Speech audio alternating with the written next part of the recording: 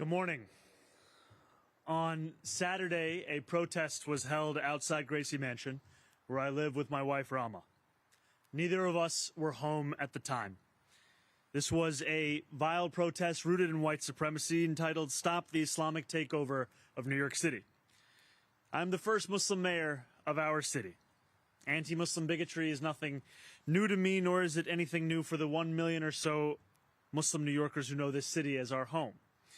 While I found this protest appalling, I will not waver in my belief that it should be allowed to happen. Ours is a free society where the right to peaceful protest is sacred. It does not belong only to those we agree with. It belongs to everyone. I will defend that right every day that I am mayor, even when those protesting say things that I abhor.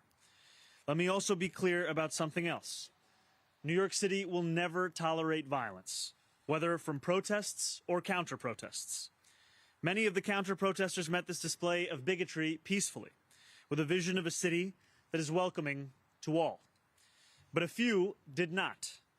Two men, Amir Balat and Ibrahim Kayumi, traveled from Pennsylvania and attempted to bring violence to New York City. They are suspected of coming here to commit an act of terrorism. There is video of these two individuals throwing two devices towards the protest. The police department has determined that these were improvised explosive devices made to injure, maim, or worse. Thanks to the swift and decisive actions of NYPD officers at the scene, both men were immediately taken into custody, and the devices they brought taken off of our streets. I want to commend the officers who were on site. They faced a chaotic situation that very quickly could have become far more dangerous.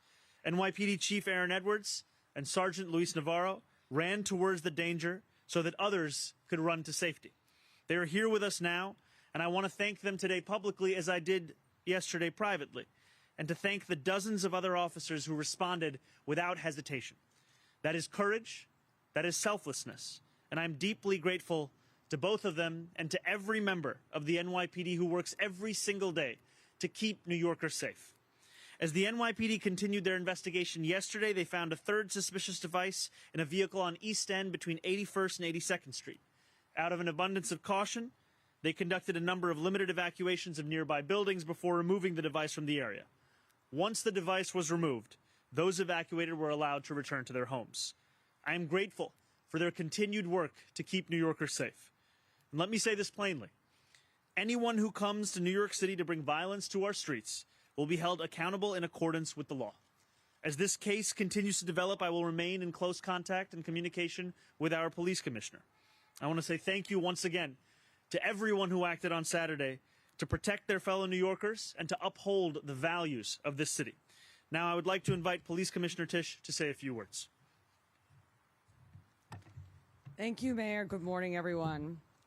First, I will tell you that we are not at liberty to discuss many aspects of the ongoing investigation at this time due to the pending prosecution. The suspects here, Amir Balat and Ibrahim Kayumi, are going to be prosecuted in federal court here in Manhattan, and a complaint will set forth criminal charges and the factual allegations supporting those charges. After that complaint is made public, which I expect to occur later today, I will be able to say much more about the investigation and what we have learned in this case. But it is crucial that we respect that process and not get ahead of it. That being said, I can confirm this morning that this is being investigated as an act of ISIS-inspired terrorism. I can also provide some additional information building on my remarks from Saturday evening. At that time, we were beginning to conduct preliminary analysis of two devices that were ignited and deployed earlier that day, one in a crosswalk on East End Avenue and East 87th Street, and the other on the west side of East End Avenue between East 86th and East 87th Streets. That testing was performed by the NYPD's bomb squad and FBI special agent bomb technicians in consultation with an FBI chemist.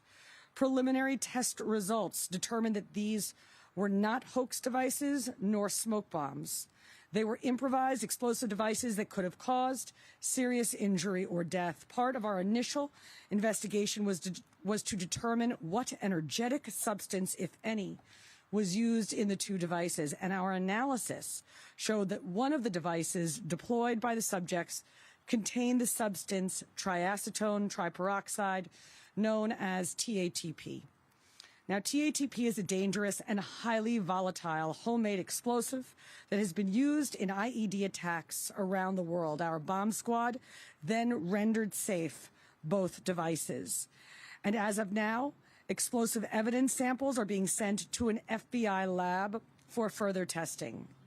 Our investigation also led our detectives to a vehicle that was tied to the suspects. And yesterday afternoon, patrol officers found that car, a black 2010 Honda with New Jersey plates on East End Avenue between East 81st Street and East 82nd Street. Using a robot, the NYPD's bomb squad was able to find another possible suspicious device and materials inside the car consistent with the first two explosive devices, and the area was immediately frozen and cleared.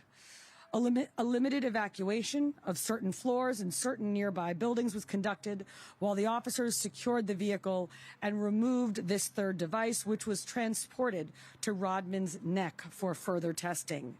This third device tested negative for explosive material. Once the scene was secure and deemed safe, residents were allowed to return to their homes. Now, we have been in a heightened state of alert in New York City since the start of hostilities in Iran, and we remain in that posture today. We will continue to deploy additional counterterrorism resources throughout New York City, including heavy weapons teams, K-9 units, aviation, and more. The NYPD is vigilant and determined in our unceasing efforts to ensure the safety of this city and the security of its 8.5 million residents. We also cannot lose sight of how serious this situation was. The last time that an IED targeting people was deployed in New York City was in 2017 when Akayed Ullah detonated a device strapped to his torso in the pedestrian underpass connecting the Port Authority bus terminal and the Times Square subway station. No one other than the attacker was injured in that incident, and once again, we were fortunate that the devices used this weekend did not cause the kind of harm that they were certainly capable of causing. But luck is never a strategy. Devices like these have the potential to cause devastating harm, which is why the NYPD does thorough counterterrorism investigations and treats every incident of this kind with the highest level of urgency and care. And it is why we remain vigilant. The safety and security of the entire city ultimately rests on the judgment and the courage of the men and women of the NYPD. And on Saturday, we saw that in its truest form. When those devices were ignited in the middle of a crowded protest, officers did not step back, they stepped forward. With me today are two of those officers, Assistant Chief Aaron Edwards and Sergeant Louis Navarro, who ran toward a lit IED without hesitation and without regard for their own safety. Acting as police officers do, on instinct and training to protect people they did not know and would likely never meet. Moments like that remind us what policing truly requires, because behind every counterterrorism operation, every bomb squad response, every emergency call that sends officers running towards danger, there are human beings who make the decision to step forward when others are running away. Chief Edwards has been a uniformed officer for nearly 23 years. He is, as of December, our newly minted borough chief in Manhattan North. Chief Edwards joined this department after witnessing the heroism of NYPD officers on September 11th. And on Saturday, we saw that same spirit carried forward in the way that he responded. Sergeant Navarro has spent the past 11 years serving the city he grew up between Puerto Rico and New York, eventually settling in Washington Heights and the Bronx, and joined the NYPD after a close friend encouraged him to take the exam. On Saturday, he and Chief Edwards responded with the calm judgment and professionalism that situations like this demand. Together, they represent the dozens of cops who were safeguarding that protest Saturday afternoon, and the nearly 35,000 members of this department who stand watch over New York City every day. Our entire city owes all of them a debt of gratitude, and although I've said it to them many times already, I will never tire of it. Thank you for your service. We'll now take some questions. All right, thank you, everyone. We have time for a few questions. We'll start with Jake, AP, right here. Right here. Sorry, we have a microphone, too. I know you can't really go into so much detail at this point, but given that you are saying this is an act of ISIS-inspired terrorism or being investigated, can you give us? Sorry, could you just speak up a little bit more? Yeah. Can you just give us any sense as to what information you may have to indicate that this is, possibly ISIS-inspired? Also, the commissioner mentioned the heightened state of alert related to the war in Iran. Any indication at this point that there's a connection? And then just also, do you know why they wanted to come to New York and this protest in particular? So I'll pass this over to our commissioner to answer some of the specifics. So, Jake, at this time, we do not have any information that connects this investigation to what's going on overseas in Iran. As to the other questions that you posed, I don't want to say anything that could introduce prejudice into the prosecution or do anything that will make the prosecutors' jobs more difficult. What I can say is that the complaint, I expect, will be unsealed later this afternoon.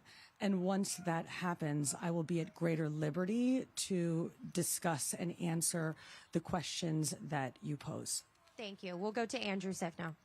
Mayor, you said you were not home at the time of this incident. Can you tell us where you were, how you learned about this incident, and what went into your thought process about why you didn't speak about this publicly, either on Saturday when the commissioner did or on Sunday? So we had known that this was a protest that was scheduled for over a week, and I had known that there were precautions being taken, and I'm incredibly appreciative of the work that the NYPD both did in advance, as well as the work that we've spoken about having happened on the day and since then. My wife and I were at the New York City Sign Museum in Brooklyn at the time. We continued to be kept up to date as to what was going on both in the midst of the protest, in the aftermath of the protest. And we also wanted to ensure that we were able to address New Yorkers directly and clearly with all of the facts as we had them, especially given how fast-moving this has been. Wanted to ensure that we had all of that together. Thank you. We'll go to Catherine, CNN. Hi, good morning. Wondering if prior to the protest there was any credible threats online from these individuals, anything that you could see from their social media presence, anything like that leading up to it, that you'd know that they'd be traveling from Pennsylvania to attend this? Again, preliminary investigation, and you're going to learn a lot more as the complaint is unsealed, but nothing at this time that would have suggested that. Thank you. We have time for one more question. Emma, go ahead right here in the front.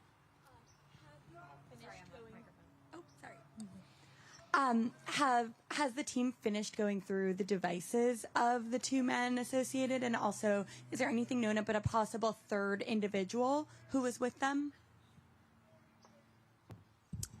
Those devices are currently being investigated, so that process is ongoing, and we have no information about a possible third individual with them at this time. Thank you guys so much.